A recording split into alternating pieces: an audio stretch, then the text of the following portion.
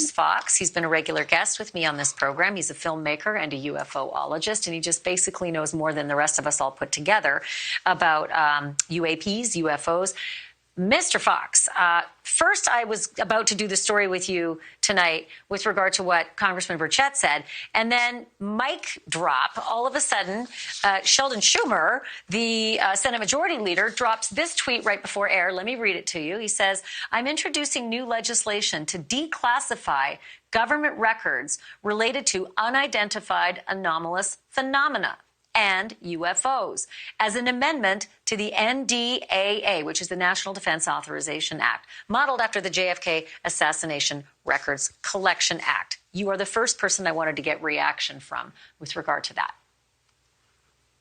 So I have to take a step back and talk about my meeting with former Senate Majority Leader Harry Reid. Harry Reid started back in 2007, the now infamous ATIP, secret UFO Pentagon program. And one of the things that he shared with me was the level of pushback that he got from the intel community regarding this secret Pentagon UFO investigation. And he's like, hey, I'm just saying that we just should investigate these reports.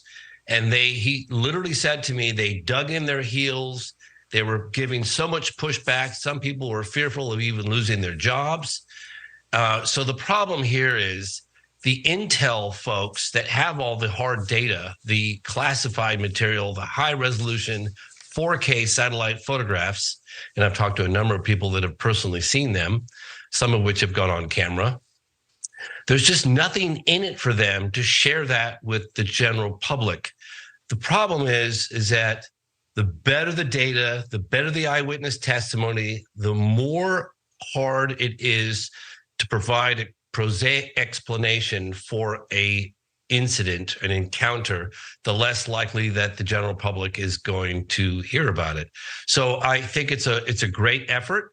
I'm optimistic that we're even having these conversations, but the intel folks just have no incentive whatsoever to come out with this stuff because they're going to have a lot of explaining to do. Hill, Senate Majority Leader Chuck Schumer says he will introduce new legislation to declassify government records related to UFOs and UAPs. That is a big deal, and this just came down within the last couple of minutes. And it comes as things are really starting to take shape for the UFO hearings on Capitol Hill, with House leadership just today confirming that they are tentatively scheduled for the end of this month. The hearings will be happening in just a couple of weeks. But those in charge of the hearings have been tight-lipped about the witnesses that they plan to call, even telling us that the Pentagon has already begun running interference on the possible whistleblowers. More on that in just a moment. The announcement about the timing of the hearings comes after our reports here on News Nation, straight from whistleblowers who came forward with new evidence and allegations that the government knows more than it's telling us about alien vehicles and aircraft, UFOs, known in government lingo as unidentified aerial phenomena.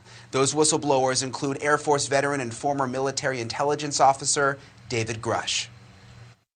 These are retrieving non-human origin technical vehicles, call it spacecraft if you will, non-human, exotic origin vehicles that have either landed or crashed. Those claims getting serious traction. Here is Oversight Chair James Comer confirming the hearings to News Nation just today. Yeah, we're going to try to get that in this month. I will tell you this, I've been surprised at the number of questions I've received on that hearing. So I think there's a lot of interest. There's certainly a lot of curiosity out there about that issue. And with what we're seeing with the majority of Americans right now, there's absolutely no trust or confidence in the government right now.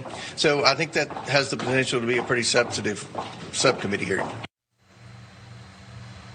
And one of the leaders of those hearings will be Representative Tim Burchett of Tennessee, who we had on the show this week. I really tried to press him on who he has lined up to go before the subcommittee to give evidence of what he alleges is a government cover-up of UFO evidence. I know you don't want to give away much. Can you give us just a little hint of what to expect with the hearings? I mean, do you have multiple people lined up at this point? Yeah, I mean, it's going to be, I would hope, a half a dozen people. We're going to have some people that I would hope from the scientific community. We're going to hopefully have some pilots. We're going to have some whistleblowers, some others. But, as soon as I announce that the Pentagon puts a squeeze on them, which they've already started with some of our alleged witnesses. So we're going to keep it pretty close to the cuff. And then when we release it, it'll be public record to everybody, because I'm not going to play the secret game.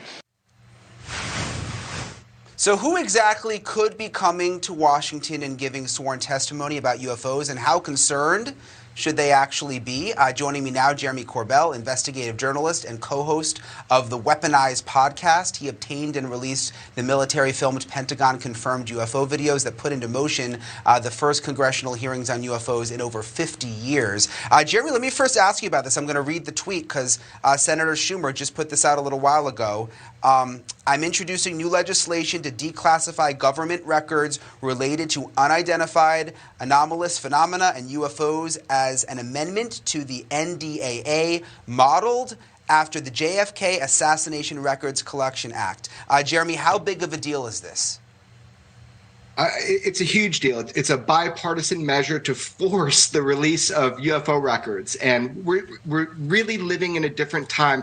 As Representative Burchett said, we are over the target when it comes to this issue. And that is why we are seeing pushback. I can tell you from an inside look that we are seeing two types of pushback.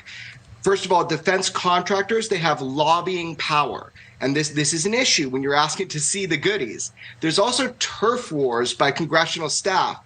How, when, who is testifying. This is a question that everybody's trying to figure out, because these are coming up.